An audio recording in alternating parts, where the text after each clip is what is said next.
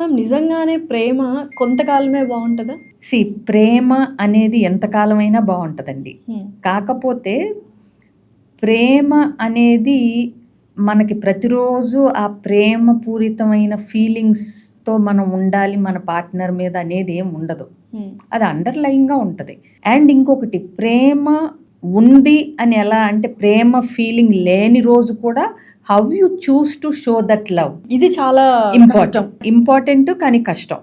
ఎందుకంటే మనకి ప్రేమగా అనిపించని రోజు కూడా మన ఎదుటి వ్యక్తికి మన ప్రేమ మనం చూపించగలుగుతున్నామా, దిస్ ఈజ్ మోర్ ఇంపార్టెంట్. ఎందుకంటే ప్లస్ ఇంకొకటి, నా దగ్గర ఇప్పుడు బ్యాగ్లో 10,000 ఉందనుకుందాం, బట్ నేను ఏ అవసరానికి తీకపోతున్నా, ఎక్కడికి వెళ్తున్నా దాన్ని అంటే అవసరమైనప్పుడు ఇవ్వకపోతున్నా, ఏం చేస్తున్నా, ఊరికే బ్యాగ్ తీసుకొస్తారు ఆవిడ, అందులో ఏం లేవేమో అనుకుంటారు మీరు.